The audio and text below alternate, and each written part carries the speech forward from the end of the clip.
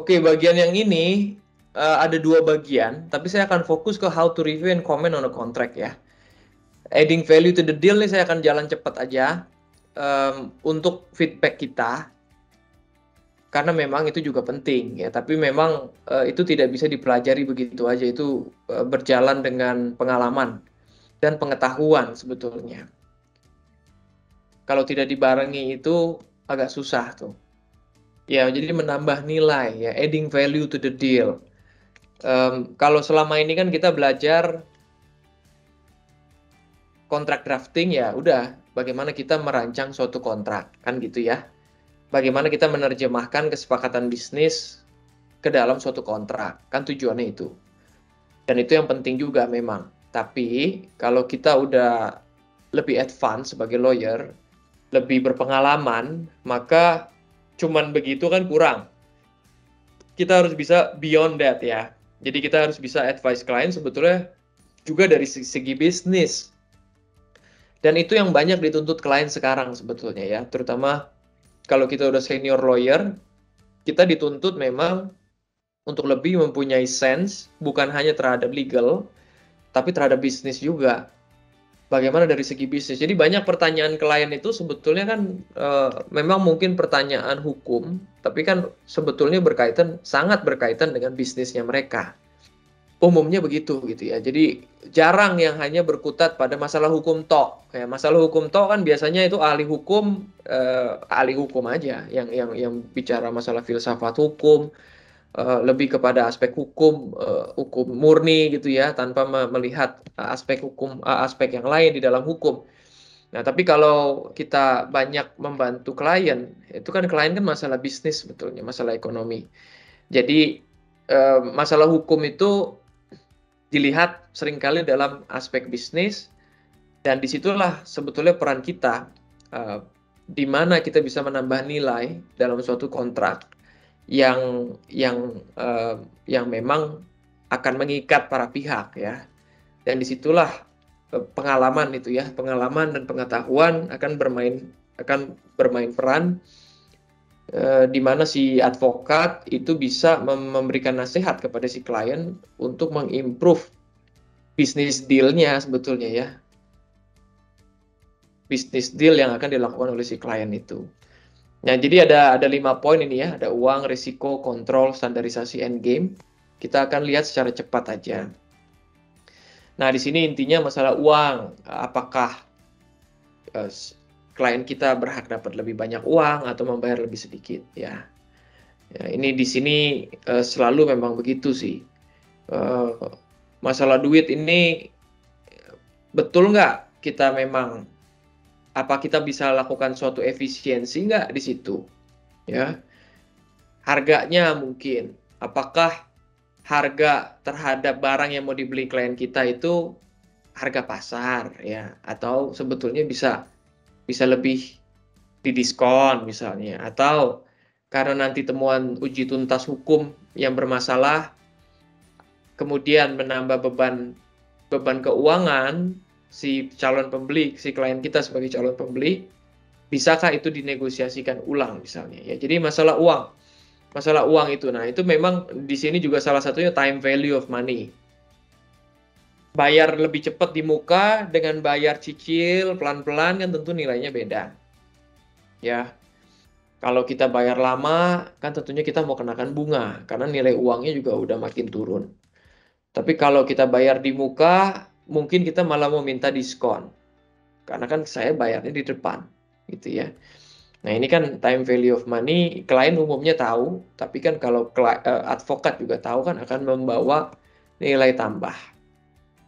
Nah, lalu credit risk. Credit risk di sini maksudnya ini orang sebetulnya bisa bayar apa enggak sih? Ya, jadi ini kita juga mesti bertanya kalau terutama kalau kita itu berhadapan dengan pembeli yang nggak jelas misalnya.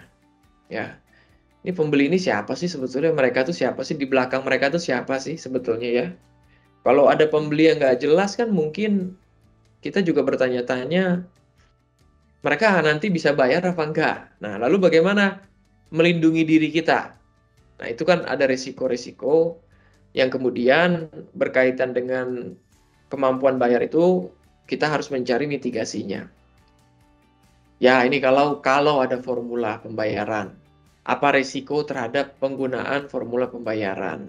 Nah, lalu biaya-biaya transaksi. Nah, ini mungkin klien kurang jeli, ya, kurang menghitung sejak awal. Kalau klien itu berpengalaman, umumnya dia akan lebih teliti sudah sejak awal, ya. Tapi kalau memang klien ini kurang berpengalaman, dia mungkin baru masuk ke dalam sektor ini, sedangkan kita adalah salah satu pihak yang memang berkecimpung terus, kan kita bisa kasih tahu, ada biaya-biaya transaksi loh, kamu mungkin belum tahu, ada biaya ini, biaya itu, ya, yang juga harus diperhatikan dalam transaksi seperti ini misalnya. Dan setiap transaksi kan berbeda-beda biayanya.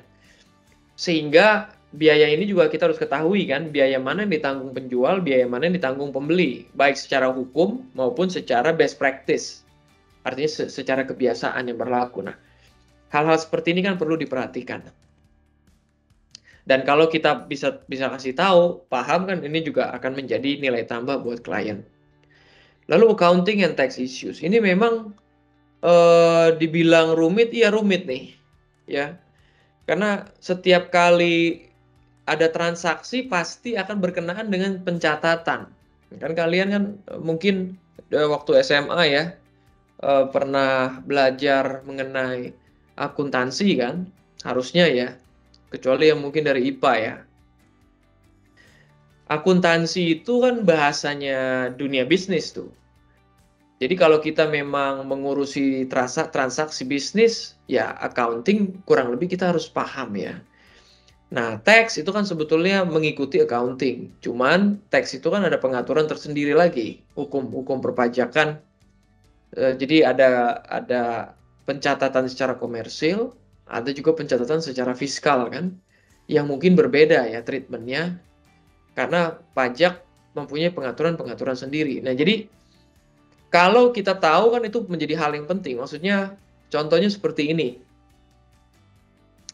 Kalau kita advokat, lalu kita mewakili penjual, di mana penjual ini adalah pemegang saham, kita perlu tahu kalau si penjual ini menjual sahamnya kepada calon pembeli, berapa sih pajak yang akan ditanggung oleh si penjual. Terutama juga kalau misalnya nilai penjualannya itu sangat jauh berbeda dengan nilai nominal saham yang dipegang. Misalnya, modal disetornya 1 miliar. Jadi anggaplah nilai nominalnya kan 1 miliar. Tapi dijualnya 10 miliar. Nah, jadi kan kemudian ada capital gain 9 miliar kan, ada profit atau capital gain itu 9 miliar. Karena dia modalnya 1 miliar, dia jualnya 10 miliar, jadi ada selisih 9 miliar. 9 miliar itu dipajaknya berapa persen sebetulnya? Apakah progresif?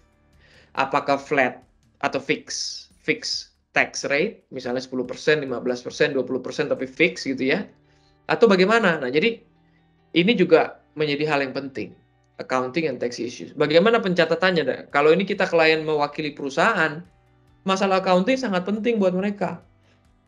Dicatatnya nanti sebagai apa transaksi ini?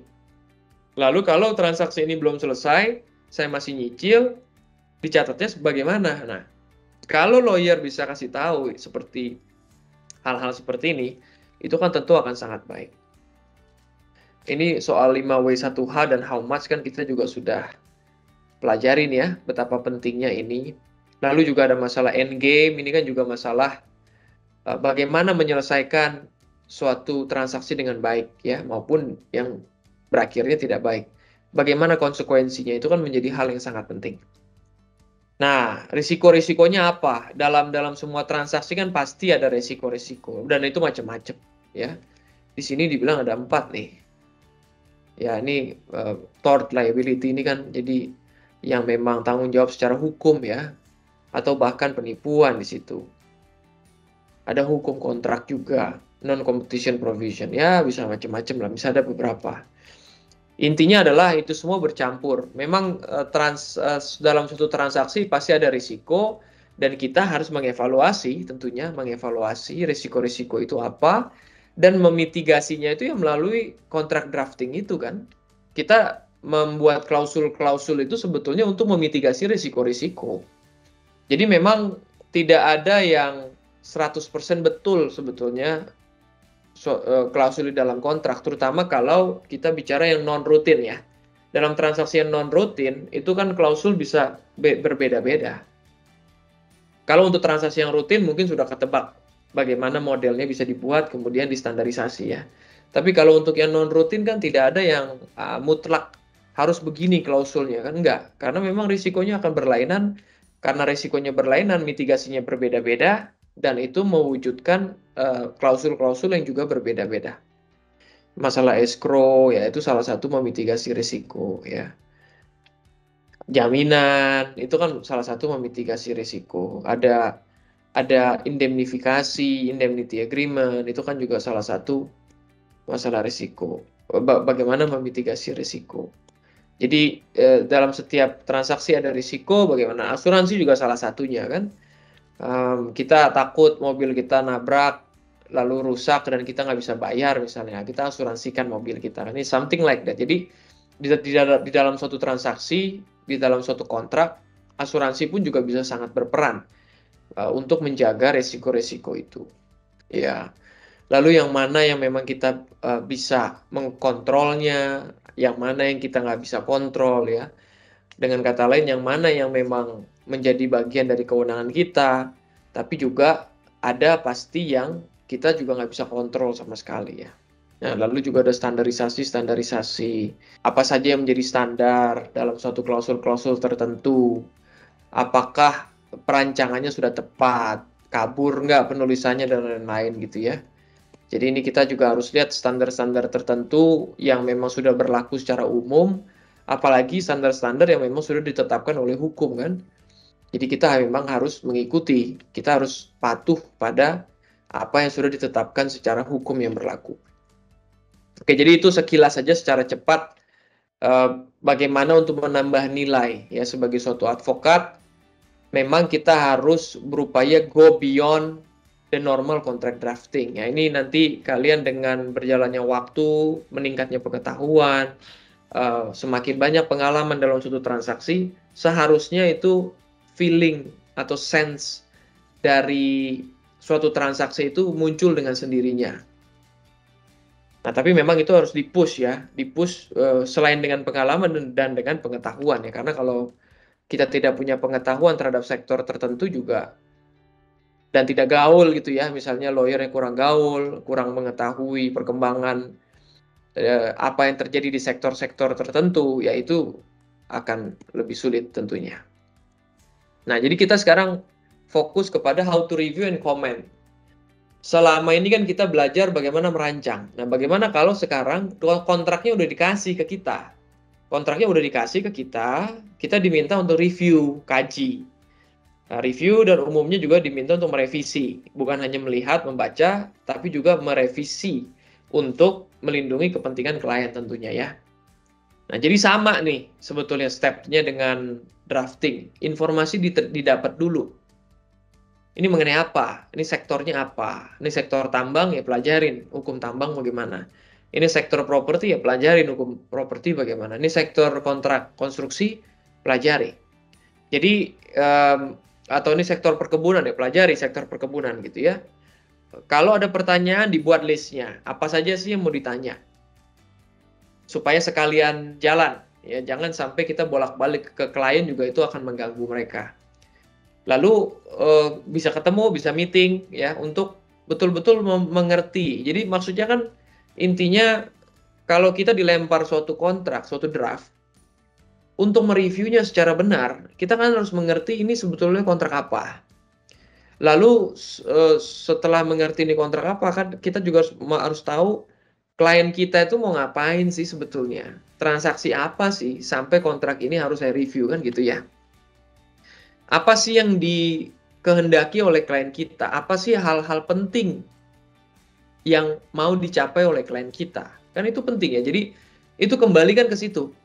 Tidak bisa kita mereview kontrak itu sesuai pandangan kita tok gitu loh. Nggak bisa. Kita ini kan cuman intermediary sebetulnya, kita mediator lah. Di mana kita itu sebetulnya kan mewakili kepentingan klien, dan apa yang klien mau kan ini yang kita harus terjemahkan sebetulnya. Maka kita perlu tahu dulu klien itu maunya apa. Nah, tentunya riset mengenai hukum, mengenai lawan transaksi, siapa ini? Kalau penjual, siapa pembelinya? Kalau pembeli, siapa penjualnya?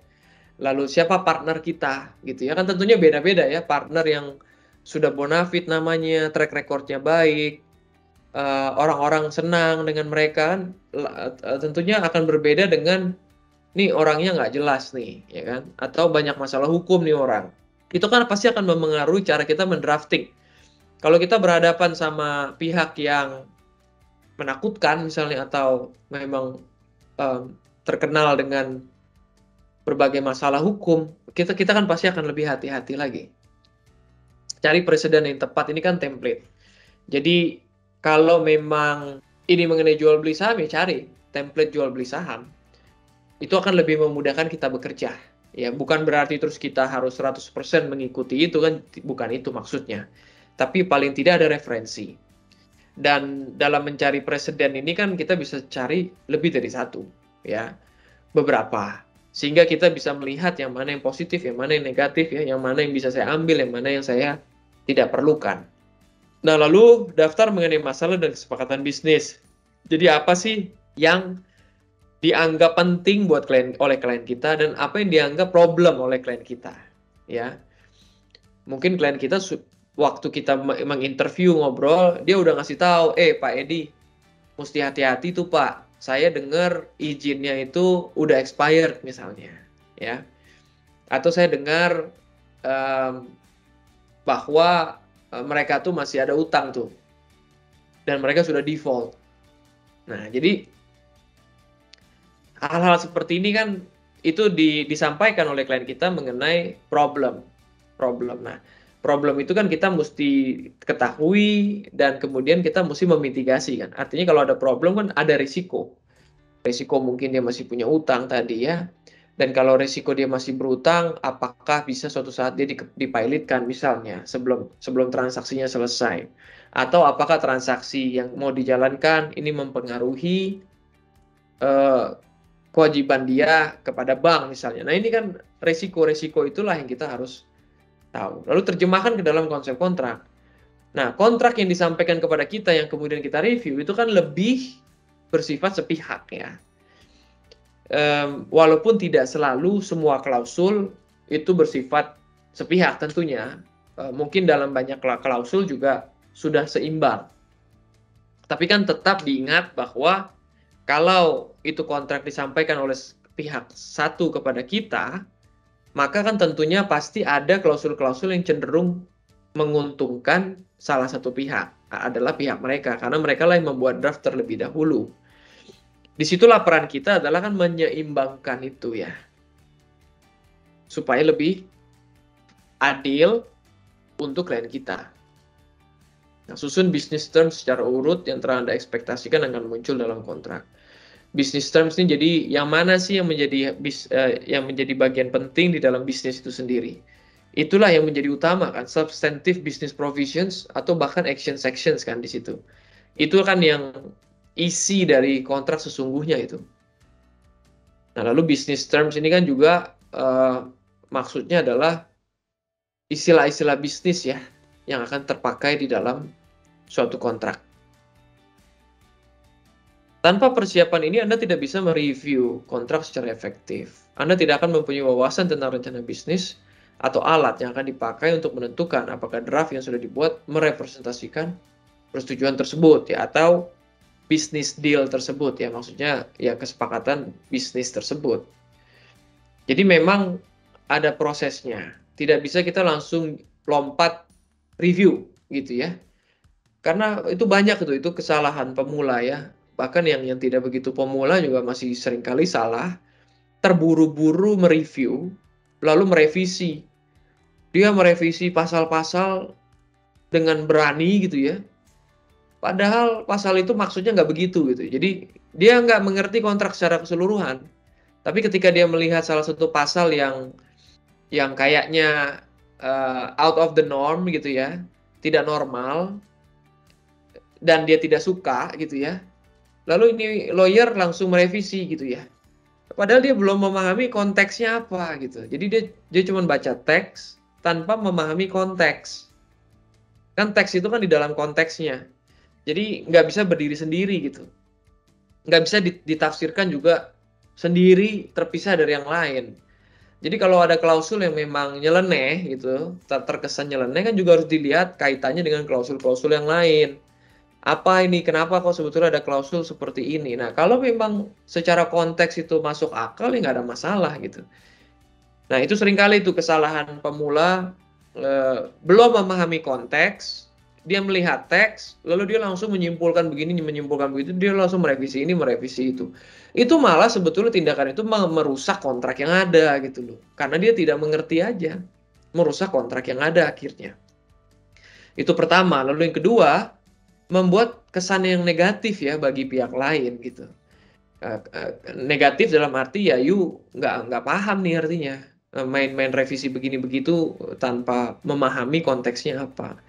Maka kadang sebetulnya di dalam mereview kontrak, kalau betul ada yang menyeleneh atau tidak begitu jelas apa maksudnya klausul itu, ada baiknya juga ditanyakan kepada mereka. Ini maksudnya apa? Ini tidak nyambung. Ini konflik misalnya. Kenapa ini ditulis begini? Nah, jadi kita minta penjelasan. Nggak berarti kita langsung merevisi gitu ya. Nah, tapi kalau memang ada yang jelas-jelas keluar dari kesepakatan, artinya bisnis deal awal klien kita dengan pihak satunya lagi, ini keluar, kita bisa langsung revisi, lalu kita kasih komentar di situ, kenapa kita merevisi itu. Misalnya kita merevisi satu klausul, lalu kita jelaskan bahwa klausul ini menyimpang dari apa yang dikehendaki para pihak, yaitu adalah misalnya 1, 2, 3 gitu. Nah, jadi kita memperbaiki sesuai dengan kesepakatan yang sudah dibuat misalnya. Nah, itu juga menjadi hal yang penting ya. Get your bearings. Nah, sekarang stepnya bagaimana sih? Kalau kita terima kontrak, you should eyeball it. Nah, eyeball means looking through the pages to obtain an overview. Ya, udah lihat aja pelan-pelan. Bukan dibaca satu-satu nih maksudnya. Ya. Ya, lihat aja dulu secara keseluruhan. However, it is less than skimming it. Nah, jadi lihat secara keseluruhan aja lah. Pokoknya ini kontrak apa sih? Apa sih isinya? Kan sebetulnya kalau meningkatnya pengalaman, lihat kontrak 5 lembar, 10 lembar, langsung get the feeling ya. Ini bakalan rumit apa enggak nih kontrak ya. Atau ini kontrak sederhana atau kontrak rumit ya. Itu harusnya langsung bisa kita dapat feel-nya ketika kita eyeball itu tadi. Nah, eyeball belum baca satu persatu, tapi perlu tahu paling tidak yang dilihat itu susunan kontraknya seperti apa. Jadi sebetulnya kita melihat ke action sections-nya, bagaimana sih action sections-nya, bagaimana substantive business provisions-nya, ya. Ada nggak end game provisions-nya gitu ya. General provisions ada apa enggak? Ya umumnya kan ada kalau general provisions, tapi kan banyak juga yang tidak lengkap misalnya. Nah itu, jadi lihat aja dulu gimana sih kontraknya dirancang dengan baik nggak sih? Karena kan kita udah mengetahui itu komponen-komponen kontrak apa. Ini mengikuti komponen kontrak nggak sih? Nah something like that ya. Jadi supaya kita bisa lihat bahwa format, struktur ya. Nah, itu sih sebetulnya yang lebih perlu dilihat di dalam eyeballing kontraknya. Nah ini dia, how is the contract organized? By subject matter, by contract concept. Is each organization similar to the precedents? How does it differ? Where are the action sections? Do the captions look familiar? Does the contract contain provisions that you had not expected? Ada nggak yang aneh ya? Nggak sesuai dengan komponen kontrak nih, nyeleneh nih. Ya mungkin ada aja kalau memang ada kontrak-kontrak untuk sektor-sektor khusus ya, yang kita belum familiar ya, mungkin bisa aja Familiar nggak? Familiar tuh kan captionsnya look familiar ya, sub headingnya kan kalau kita mengikuti komponen kontrak harusnya sih udah ketebak isinya apa sih ini kontrak ini. The purpose is to gain awareness of the contract, even though you will not have the details, but you will know where the details are, and whether the contract at least appears to be within the expected norm. Jadi struktur dan format ini juga menjadi penting karena apa? Karena misalnya beda kontrak bisa ditangani secara berbeda. Misalnya kayak kita bicara kontrak kerja konstruksi ya. Kontrak kerja konstruksi itu kan terdiri dari berbagai macam dokumen. Ada kontrak agreement namanya, lalu dia ada lampiran satu misalnya namanya general provision, satu ketentuan umum. Ada lampiran dua namanya special conditions atau particular conditions, ketentuan khusus gitu ya. Dan itu sifatnya dia bukan di dalam satu kontrak, jadi ada kontrak utama, lalu ada lampiran 1, lampiran 2, lampiran 3, lampiran 4, seterusnya. Dan di lampiran-lampiran ini juga tebel gitu loh, karena dia macam-macam yang diatur di situ. Ini kan kita bisa ketahui dari eyeballing tadi ya. Kita melihat dulu secara overview bagaimana sih format dari kontrak ini. Supaya kita tahu nanti kemudian dalam mereview dan merevisi bagian-bagian mana yang sebetulnya saya harus lihat dan yang saya harus prioritaskan. Nah, lalu baru read the key business provisions. Ketika sudah lewat tadi yang overview, ya, apakah kontrak sudah menyatakan dengan tepat istilah bisnis yang signifikan? Anda harus membaca mengenai ketentuan nilai. Ketentuan nilai ini masih yang berkaitan dengan uang ya, masalah pembayaran misalnya. Kedua, lihat pada ketentuan pengakhiran, endgame. Nah, jadi ini dia disarankan oleh si Tina Stark ini ya. Lihat masalah uang dulu. Ini yang paling penting nih. Nilainya udah bener nggak nih? Jadi artinya kalau kita bicara masalah nilai kan, masalah uang, masalah nilai itu artinya masalah pembayarannya bagaimana, cara bayarnya bagaimana, itu kan menjadi penting. Nilai dan cara bayar. Nah, lalu lihat end game kan artinya langsung lihat di bawah ya. Yang di tengah itu dia lewatin dulu. Bagaimana kalau terjadi kelalaian? Apa yang menyebabkan pengakhiran? Kan gitu ya. Setelah itu kembali lagi kepada ketentuan yang mengurus mengenai istilah bisnis yang paling signifikan ya. Maksudnya dia itu begini, dalam setiap model atau sektor-sektor transaksi itu kan pasti ada istilah-istilah utamanya kan. Misalnya kalau kita bicara properti kan pasti ada bicara masalah tanah, bicara masalah bangunan, bicara masalah lokasi ya. Bisa bicara masalah tata ruang, bicara mengenai apalagi aspek lingkungannya berkait di dalam tanah tersebut misalnya ya. Jadi itu kan istilah-istilahnya. Nah, kalau kita bicara pada tambang misalnya, ada soal ini tambang apa, ya kan? Lalu ada soal perizinan apa yang diperoleh, bagaimana cadangan tambangnya. Nah, itu kan semua mungkin akan diterjemahkan dalam istilah-istilah bisnis, bisa juga dalam defined terms ya. Jadi list yang didefinisikan itu ya, daftar definisi di dalam suatu perjanjian. Itu juga bisa dilihat dari situ. Sehingga kita bisa lihat dulu apa sih yang menjadi penting dan bagaimana kemudian penulisan itu di dalam suatu kontrak. Jangan sampai salah tuh. Karena itu kan yang utama di dalam suatu transaksi bisnis. Nah, di sini fokus pada substansi persetujuan atau substansi perjanjiannya apa. The substance of the business deals. Bukan bagaimana Anda mengubah cara penulisan atau tata bahasa. Anda akan melakukan hal tersebut ketika Anda melakukan markup. Jadi memang kalau soal gaya penulisan, ini kan memang lawyer kan beda-beda ya. Selama substansinya betul, menurut saya sudahlah, kita nggak usah persoalkan. Karena kalau kita memperdebatkan masalah gaya kan jadi nggak akan selesai ya, karena orang memang senangnya nulisnya begini, yang lain senangnya nulis begitu, walaupun kan belum tentu betul ya cara penulisan itu. Ya sudah, kita tidak perlu paksakan gitu ya. Tapi kalau memang gaya penulisan itu juga memengaruhi atau berdampak pada apa yang sebetulnya seharusnya diatur, ya tentunya pasti kita akan revisi di situ. Nah, lalu di sini kan masalah nilai ya, pada sections. Klien seringkali menganggap hal ini merupakan ketentuan terpenting. Betul sih. Kalau klien sih sebetulnya lihatnya langsung masalah uangnya. Jelas nggak uangnya ini ya? Apakah pihak lain lawan sudah mendapatkan uangnya dengan baik? Apabila belum, maka kontrak telah disusun dengan buruk ya, atau para pihak mempunyai kesalahpahaman yang serius. Endgame lihatlah dari dua perspektif. Kapan pihak lain mempunyai hak terhadap klien Anda dan vice versa. Artinya ada keseimbangan nggak di dalam pengakhiran ya.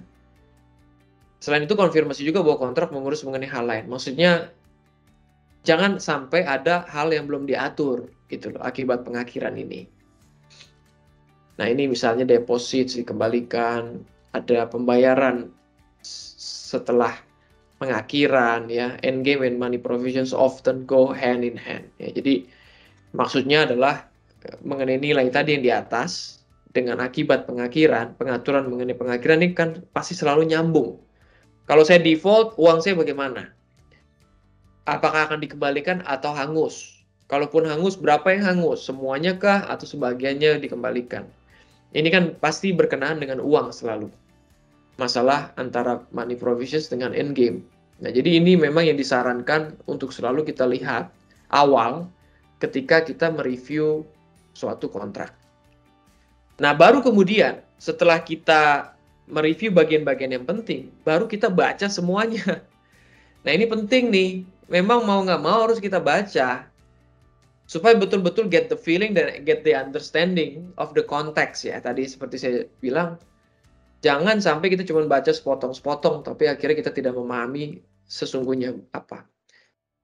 Nah, ini memang saya lanjut ya. Ini memang bagian yang sulit sih. Karena kan baca satu kontrak kalau cuma berapa lembar sih oke ya. Tapi kalau puluhan lembar, ratusan lembar sih modar juga gitu ya. Tapi memang mau nggak mau gitu, kalau kita mau memberikan feedback yang positif, kita memang harus baca. Karena klien juga belum tentu baca sampai detail itu. Itulah sebetulnya kan kenapa mereka menunjuk advokat itu ya, supaya advokatnya yang baca. Read the entire contract after reading the key business provisions and start from the beginning. As you look at each provisions, think about what changes you would make, even though you cannot recut the business deal. You can always negotiate how it is memorialized. Maksudnya bisnis deal-nya kan kita nggak punya hak untuk ubah. Tapi bagaimana itu diatur, itu kan kita bisa ada peran di situ. If the contract includes definition article, you may take two different approaches. If you have not previously drafted or reviewed this type of contract, consider initially skipping the article entirely, but then returning to it each time you confront a defined term. Jadi udah langsung baca isi. Tapi kalau ada definisi yang kita nggak paham, kita harus lihat tetap. If you have previously drafted, look for key definitions and skim them to see if they seem relatively standard. Jadi dia bilang, kalau ini kontrak emang kita nggak ada pengalaman, langsung aja lihat isi, terus baru lihat define term yang memang relevan. Kalau ada yang kita nggak pahami. Nah, kalau ini memang familiar, kontrak familiar buat kita bisa langsung lihat definisi. Normal nggak nih definisi-definisinya? Ada yang aneh-aneh nggak dibuat di dalam definisi? Kalau normal kan ya udah, kita bisa langsung masuk ke dalam isi kan. If they seem relatively standard. If not, pay special attention to the provisions that include the related defined terms. The drafter may have made substantive changes to the relatively standard provision by changing the definitions. Iya memang, tetap aja ada selalu aja lah ada definisi yang dibuatnya nggak benar. In the event, physically separate the definition from the rest. This will enable you to place it and the contract side by side. Ya, jadi bagian definisi dalam kontrak dicopot aja, bisa dilihat kiri kanan gitu loh, supaya kita nanti dalam membaca kontrak, kita bisa langsung lihat ini definisinya artinya apa. As you continue through the contract, do not be tied in your review to the order of the contract. Instead, mimic the drafting process. Provision hop as necessary so that you review related provision at the same time. Once you deal with the point, go back to where you left off so that you cover every provision. Some drafters check off each provision. Oh iya, jadi ya mungkin ada 20 pasal. Ketika kita baca pasal 2, itu tadi misalnya action sections, money, itu berkaitan dengan endgame provisions kan. Jadi kita kan dari pasal 2 mungkin kita akan ke pasal endgame, kita lihat nyambung apa enggak. Nah, lalu mungkin kita ke pasal 3. Pasal 3 juga ada relasi ke pasal endgame misalnya. Ya udah kita baca lagi, relasinya apa sih. Jadi nggak perlu step by step, pasal per pasal dibaca semua. Karena kan pasal juga saling nyambung ya, saling berhubungan dengan pasal yang lain. Jadi ya udah ikutin aja itu. Kalau memang kita harus lompat sebentar ke pasal lain, kita baca dulu supaya kita paham konteksnya. Baru kemudian kita balik lagi. Review the contract slowly. Ya, ini agak susah. Karena kita kadang udah nggak punya waktu ya. Do not spend negotiation capital on the language style. Ya, look not only at what is in the contract, but for what is missing. Nah, ini penting juga nih. Apa sih yang sebetulnya belum diatur? In this step, think about your client's goal. Does the contract achieve those goals, or are other provisions needed? Ya, memang benar sih. Cukup nggak sih ini kontraknya? Nah, kalau kurang, apa yang kurang? Apa yang harus saya tambah? Some question that you should ask each time you review a contract. Nah, ini are the parties name correct? Nah, balik lagi ya, nomor 1. Nama-namanya udah bener nggak? Ini sering deh typo nama. Jangan. Nggak boleh typo nama orang, nama perusahaan. Partiesnya betul nggak? Recitals gimana? Tepat nggak? Bagaimana kalau ada fakta-fakta yang nggak benar? Ya. Ada nggak ketentuan-ketentuan yang bersifat substantif itu diaturnya di recitals? Kan nggak boleh ya. Yang bersifat mewajibkan, bersifat substantif itu kan harusnya di dalam isi kontrak. Ada nggak pernyataan dan jaminan? Too weak or too strong ya. If too weak, how can they be strengthened? Lalu janji-janji. Ini bisa nggak klien kita selesaikan kewajibannya? Nah, ini juga memang kita harus perhatikan ya. Kadang saya dalam reps and warranties itu, saya bilang sama klien saya, ini reps and warranties ini pernyataan dan jaminan. You harus confirm nih bahwa memang ini memang begini faktanya. You udah tahu nggak ini fakta ini secara benar gitu ya. Saya suka minta mereka cek, pastikan. Jangan sampai ada breach of representation. Nah, kalau covenant sih memang umumnya kan sudah difilter oleh lawyer ya. Jadi pasti kita juga berhati-hati yang mana yang terlalu berani, janji-janjinya yang mana yang normal-normal saja. Nah, kalau yang terlalu berani itu juga memang kita pasti akan tanyakan. Ini dia minta begini, Pak.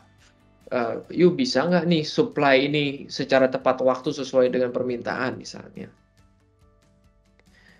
Nah, mereka akan confirm ya. Mereka bisa confirm bilang, itu gampang Pak Edi, itu gampang kok. Itu we don't have problem with that. Sudah kalau memang gitu. Atau iya, itu memang agak susah sih Pak. Memang kita juga masih kurang yakin bisa apa enggak. Nah, kalau udah dengar klien begitu, ya mungkin kita harus revisi tuh. Kita harus revisi, kita perlunak, kita perhalus, supaya kalau memang betul terjadi permasalahan, ya jangan sampai klien kita tuh terjebak gitu ya. Terjebak dan malah akhirnya default. Nah, itu macam-macam. Have you carefully examined the endgame provisions? Do they provide for early termination? What constitutes default? Ya, apa yang dianggap sebagai default di kontrak ini? Lalu remediesnya apa? Apa konsekuensinya kan? Does the contract provide for a friendly termination? Ya. Ada nggak friendly? Artinya yang mana sih yang memang diakhiri secara baik-baik. If an endgame provision involve money, does it answer the who, what? Okay. Should disputes be litigated, arbitrated, or mediated? Nah, ini juga harus ditanya.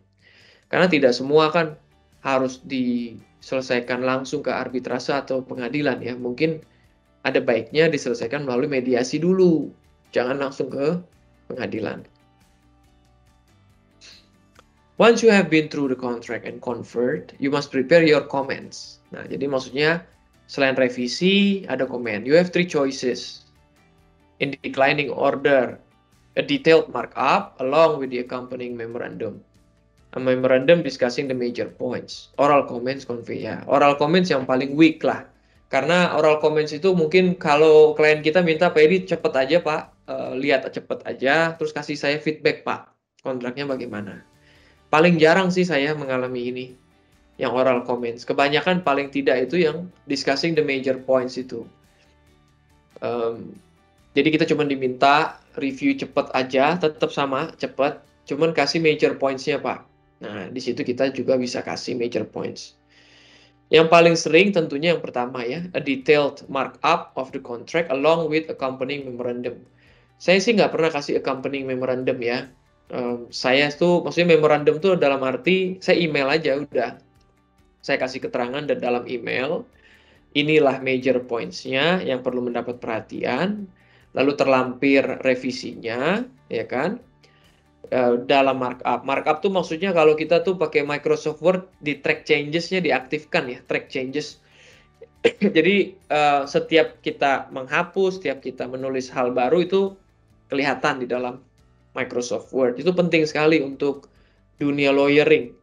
Dan itu menunjuk tindakan yang etis juga. Kalau kita merevisi, kita nggak menunjukkan markup, ya itu seperti tidak etis lah ya. Kita harus menunjukkan apa yang kita hapus, apa yang kita revisi, apa yang kita tambahkan. Supaya pihak lawan juga bisa jelas melihatnya dan kemudian memberikan komentar.